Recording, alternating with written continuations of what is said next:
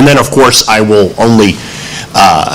only speak briefly about this next step because it is very well known to everyone here. But of course, in July 1957, Senator Kennedy gave his famous speech in the Senate describing imperialism as the enemy of freedom and introducing his resolution supporting independence.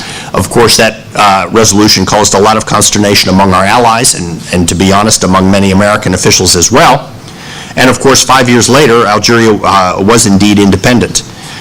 And on that occasion, President Kennedy affirmed the bonds of American friendship with the government and people of Algeria, committed our nations to work together in the cause of freedom, peace, and human welfare.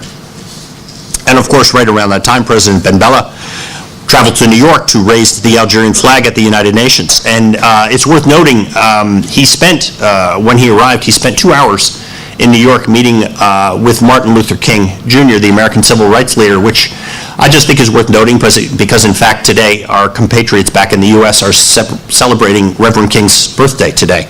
But I think that would have been an extraordinary conversation to have been part of all those many years ago. And of course, during that same visit, President Ben Bella came to Washington, D.C., and toasted President Kennedy at the White House, where he was welcomed in an elaborate ceremony on the South Lawn of the White House.